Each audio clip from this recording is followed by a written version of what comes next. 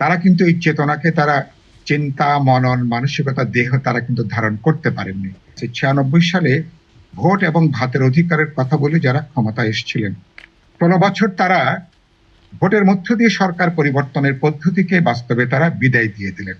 একটা দল কিভাবে, একটা দলে কিভাবে রাজনৈতিক মৃত্যু ঘটে, কিভাবে একটা দল ভেতর থেকে সে নিজেকে খেয়ে ফেলে, এটা আওয়ামী লীগ সাম্প্রতিক কালে এই আমাদের তার একটা একটা ক্লাসিক একটা এক্সাম্পল হিসেবে সামনে আছে।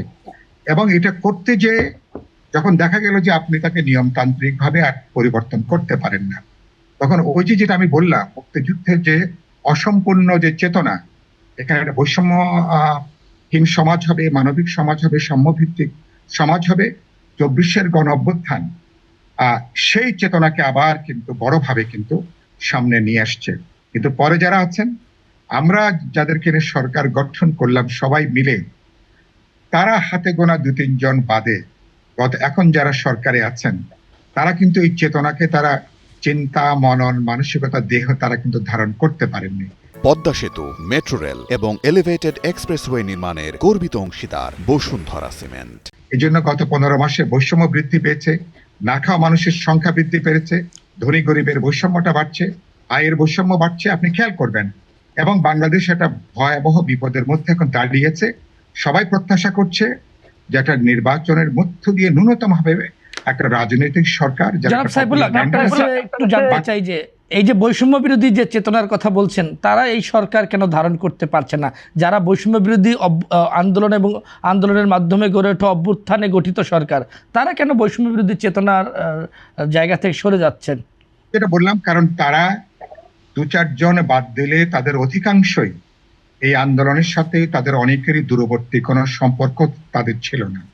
তারা তাদের প্রচলিত আমলাতান্ত্রিক, তাদের ব্যক্তি কেন্দ্রিক চিন্তার বাইরে এসে অভ্যুত্থান যে বার্তাটা দিয়েছে, সাম্য চাই, বৈষম্যহীন দেশ চাই, আমি এখানে জবাবদিহিমূলক রাষ্ট্র চাই, সরকার সংবিধান চাই, ফলে এবং খেয়াল করবেন এতগুলো কমিশন গঠন হয়েছে, বৈষম্য বিলোপের ব্যাপারে কোনো কমিশন হয়নি। ওটা অর্থনৈতিক দুর্বৃত্ত, রাজনৈতিক দুর্বৃত্ত যে ব্যবস্থাটা, পুরো ব্যবস্থা কিন্তু তার আনহোলি নেক্সাস এখনো পর্যন্ত বহাল তবিয়ত আছে। এবং এই ব্যাপারে আবার আমি দলের নাম উল্লেখ না করে বলতে চাই, সবার মধ্যে অলিখিত আবার একটা ঐক্য আছে। এই জায়গাটা কেউ কিন্তু হাত দিতে চান না কিন্তু। এবং দেখবেন এজন্য আমি যে বাক্যটা খুব গুরুত্বপূর্ণ, ভবিষ্যতে বাস্তবে আপনি আরেকটা বিপ্লবী অভ্যুত্থান, বিপ্লবী জাগরণের সম্ভাবনা কিন্তু সমাজের গভীরে আবার কিন্তু আপনি রেখে দিচ্ছেন।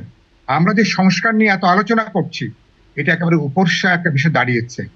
উপর্ষা মানে একটা আপনি সুপার স্ট্রাকচারে আপনি কিছু পরিবর্তন করবেন, কিন্তু ভিতের গোটা অর্থনীতি, যেখানে দুর্বৃত্ত অর্থনীতি, মাফিয়ারা নিয়ন্ত্রণ করছে, গোটা অর্থনীতি আর কোনো জবাবদিহিতা নাই, গোটা অর্থনীতি যেখানে পুরোটা একটা জবাবদিহিহীন ভাবে ক্ষমতাকে ব্যবহার করে যা খুশি করা যায়, আর রাষ্ট্র ক্ষমতা আসলে তো আরো যা খুশি করা যায়, এই ব্যবস্থার মৌলিক কোনো পরিবর্তন আমরা যেতে পারছি না।